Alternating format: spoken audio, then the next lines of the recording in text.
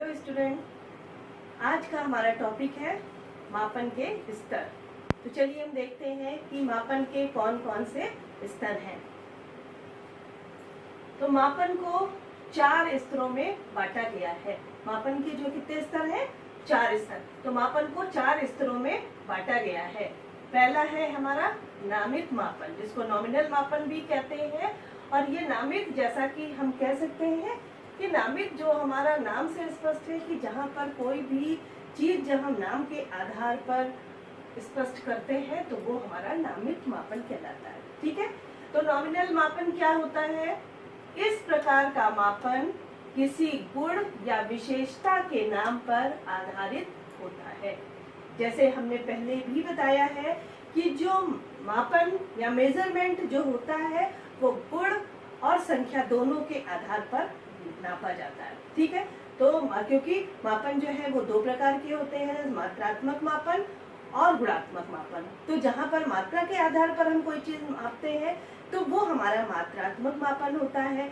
जहाँ पर हम कोई चीज गुण या विशेषता के आधार पर नापते हैं तो वो हमारा जो होता है वो गुणात्मक मापन होता है। ठीक है। तो मापन के जो स्तर है वो भी हमारे 4 भागों में बांटे गए हैं। हमारा पहला स्तर है नामित मापन, जिसमें हम जो है नाम के आधार पर हम उसको बांटते हैं। किसी व्यक्ति की गुण या विशेषता के आधार पर जब हम किसी के नाम पर हम किसी चीज को मापते हैं तो वो हमारा नामित मापन कहलाता है। इसमें व्यक्तियों या वस्तुओं को उसके गुण के आधार पर कुछ वर्गों या समूह में विभक्त कर दिया जाता है। जो ये नामित मापन होता है इसमें क्या है, ये गुण या विशेषता के नाम पर आधारित होता है। ठीक है। और इसमें जो भी व्यक्ति या वस्तु होते हैं उसमें उसके गुण के आधार पर उसको कुछ वर्गों या समूहों में विभाजित कर दिया जाता है। सभी वर्ग एक समान महत्व रखते हैं। अब इसमें जो भी वर्ग या समूह बनाए गए हैं वो सभी का जो महत्व होता है वो समान होता है। इसमें ये चीज नहीं है कि जो एक, मान लीजिए 2 ग्रुप हमने बनाए हैं ए और बी करके, तो ए और बी की ए जो है वो पहले से वो ज्यादा अच्छा है और बी जो है वो खराब है, ऐसा नहीं होता है। इसमें नामित मापन में जो सभी वर्ग जो होते हैं वो एक समान महत्व रखते हैं। उनका जो इम्पोर्टेंस होती है वो सेम होती है, उन्हें कोई कम या ज्यादा या अच्छा या बुरा नहीं होता। ठीक है।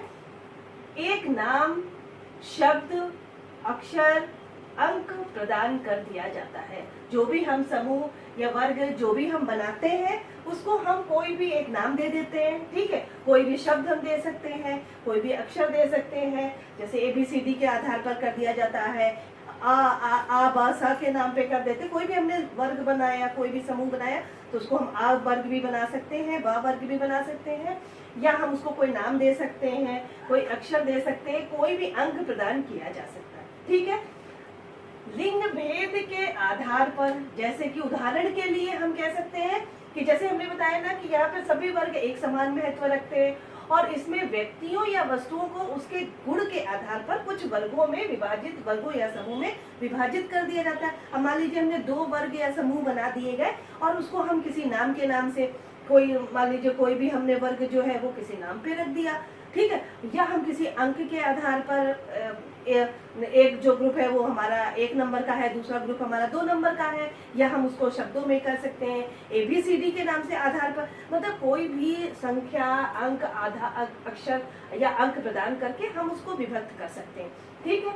जैसे कि उदाहरण के लिए लिंग भेद के आधार पर, जैसे मान लीजिए कि स्त्री या पुरुष, ठीक है, एक तरफ स्त्री एक तरफ पुरुष, पर दोनों का जो महत्व है वो समान है, कोई किसी से ज्यादा नहीं। तो जहाँ पर हम किसी नाम के आधार पर, अक्षर, अंक आदि के आधार पर जब हम किसी चीज को अंक प्रदान करते हैं तो ये हमारा मापन, जो इस तरह का मापन होता है वो हमारा नामित मापन कहलाता है। ठीक है। तो और ये जो नामित मापन है वो मापन के स्तर में सबसे छोटे स्तर का मापन होता है। ठीक है। और इसमें कोई भी गणितीय संक्रियाएं नहीं होती, जैसे कि इसमें किसी भी प्रकार का जोड़, घटाना, गुणा, भाग आदि नहीं, भी किसी भी प्रकार की कोई भी गणितीय संक्रियाएं नहीं की जाती हैं। तो ठीक है। तो जो ये नामित मापन है, इस प्रकार का मापन जो है वो किसी भी इसमें किसी व्यक्ति या वस्तुओं को गुण के आधार पर कुछ वर्गों या समूह में विभक्त कर देते हैं और ये सभी जो जो ग्रुप या समूह है वो दोनों समान महत्व रखते हैं। उनको एक नाम, शब्द, अक्षर, अंक या प्रदान कर दिया जाता है। उदाहरण के लिए लिंग भेद के आधार पर स्त्री पुरुष, निवास स्थान के आधार पर जैसे कि शहरी और ग्रामीण, ठीक है, और उसके आधार पर हम इसको बांट सकते हैं। या सबसे छोटा स्तर का होता है और इसमें कोई भी गणितीय संख्याएं नहीं होती, जैसा कि अभी हमने बता दिया कि कोई भी ये जो नामित स्तर है, जो मापन के जो स्तर है ना, उनमें ये सबसे छोटा स्तर का होता है और इसमें किसी भी प्रकार के जोड़, घटाना, गुणा, भाग आदि नहीं किया जाता। चलिए देखते हैं दूसरा हमारा है क्रमिक मापन। क्रमिक मापन क्या होता है?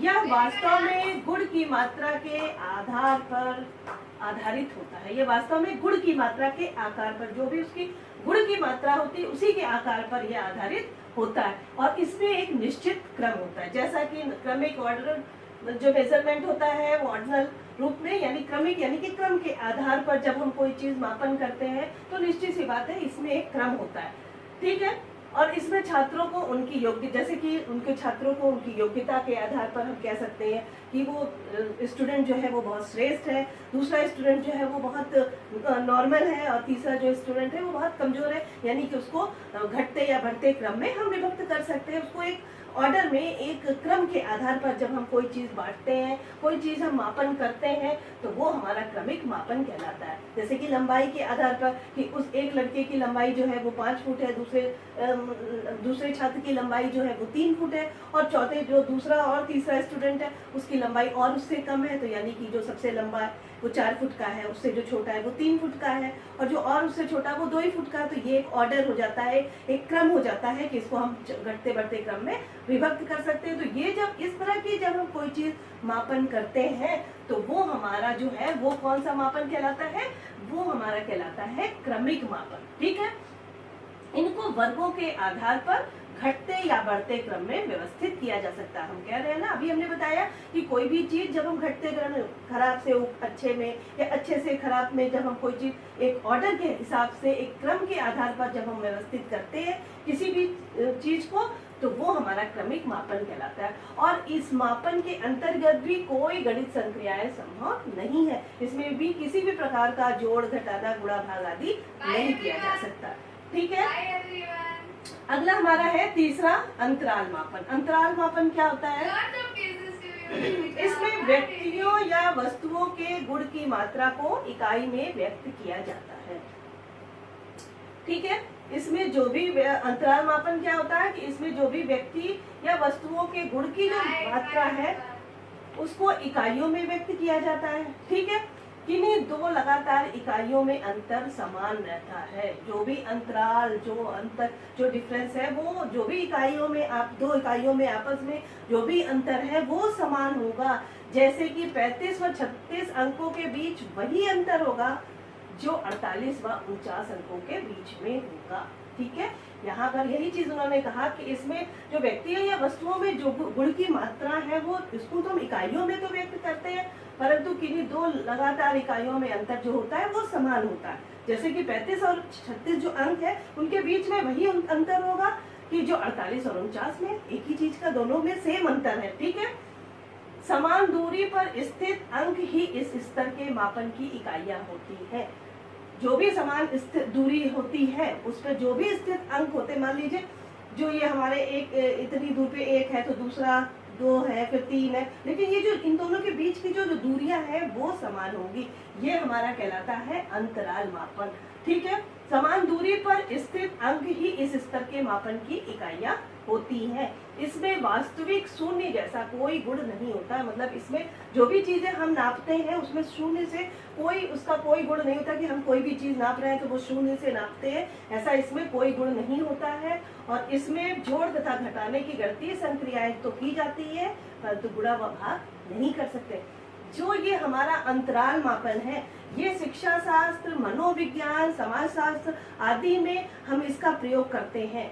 और इस जो ये है इसमें हमने पहले भी बताया कि जो भी इकाइयां होती है, 2 इकाइयां हैं, उनमें जो भी अंतर है वो समान होता है। जैसे कि 35 और 36 के बीच में वही अंतर है जो 48 व 49 के बीच में है, ठीक है। और इसमें जो भी वास्तविक शून्य जैसा कोई भी गुण नहीं होता है कि कोई भी चीज जब जिसमें हम इसका माप कर रहे हैं तो उसकी स्टार्टिंग हम ये नहीं कह सकते कि वो शून्य से ही स्टार्ट होगी। जैसे कि कोई हम स्केल लेते हैं, कोई भी चीज हम मापते हैं, तो अगर मान लीजिए कोई चीज इंच में नाप रहे हैं तो उसकी जो शुरुआत करते हैं तो उससे हम क्या करते हैं, 0 से शुरू करते हैं और 1 2 3 4। तो इसमें परम शून्य जैसा कोई गुण नहीं होता कि इसकी जो हम स्टार्टिंग करते हैं वो शून्य से नहीं करते। जैसे कि मनोविज्ञान में हम व्यक्तित्व परीक्षण करते हैं, उपलब्धि परीक्षण करते हैं, बुद्धि परीक्षण करते हैं, तो उसमें हम कोई भी चीज शून्य से नहीं मापते। ठीक है। और इसमें जो गणितीय संक्रियाएं होती हैं उसमें क्या, गणितीय जो हमारा नामित मापन में किसी भी प्रकार की गणितीय संक्रियाएं नहीं होती, तो उसमें किसी भी प्रकार का जोड़ घटाना गुणा भाग नहीं होता था। दूसरा, हमारा क्रमिक मापन में भी कोई किसी भी प्रकार की गणितीय संक्रिया नहीं होती थी कि जोड़ घटाना गुणा भाग वगैरह हो। परंतु जो हमारा अंतराल मापन है इसमें हमारा जोड़ घटाना तो होता है परंतु गुणा भाग नहीं होता। ठीक है। और अब हमारा चौथा है अनुपातिक मापन। अनुपातिक मापन क्या है? अनुपातिक मापन जो है वो इन सब मापन के स्तरों का सबसे बड़ा या परिमार्जित स्तर का मापन होता है। सबसे छोटा हमारा नामित मापन होता है और सबसे अच्छा या सबसे सर्वाधिक जो परिमार्जित स्तर का जो मापन होता है वो हमारा कौन सा कहलाता है? अनुपातिक मापन। ये क्वेश्चन बहुत ज्यादातर जब एग्जामों में ऑब्जेक्टिव टाइप के जब पेपर होते हैं उसमें ये क्वेश्चन पूछा जा सकता है कि जो मापन के स्तर है उनमें जो सबसे छोटा स्तर का मापन है वो कौन होता है और सबसे अच्छा और सर्वाधिक जो परिमार्जित स्तर का मापन है वो कौन सा होता है। तो जो सबसे सर्वाधिक परिमार्जित स्तर का मापन कौन सा होता है? हमारा अनुपातिक मापन। अनुपातिक मापन क्या होता है? अनुपातिक मापन जैसे कि अंतराल मापन में किसी भी प्रकार का शून्य नहीं होता है, उसकी गुण शून्य जैसा कोई गुण नहीं होता, परंतु अनुपातिक मापन में परम शून्य की संकल्पना की जाती है, क्योंकि इसका प्रयोग जो है हम गणित वगैरह में करते हैं, भौतिक शास्त्र वगैरह में जैसे कि फिजिक्स वगैरह में जो है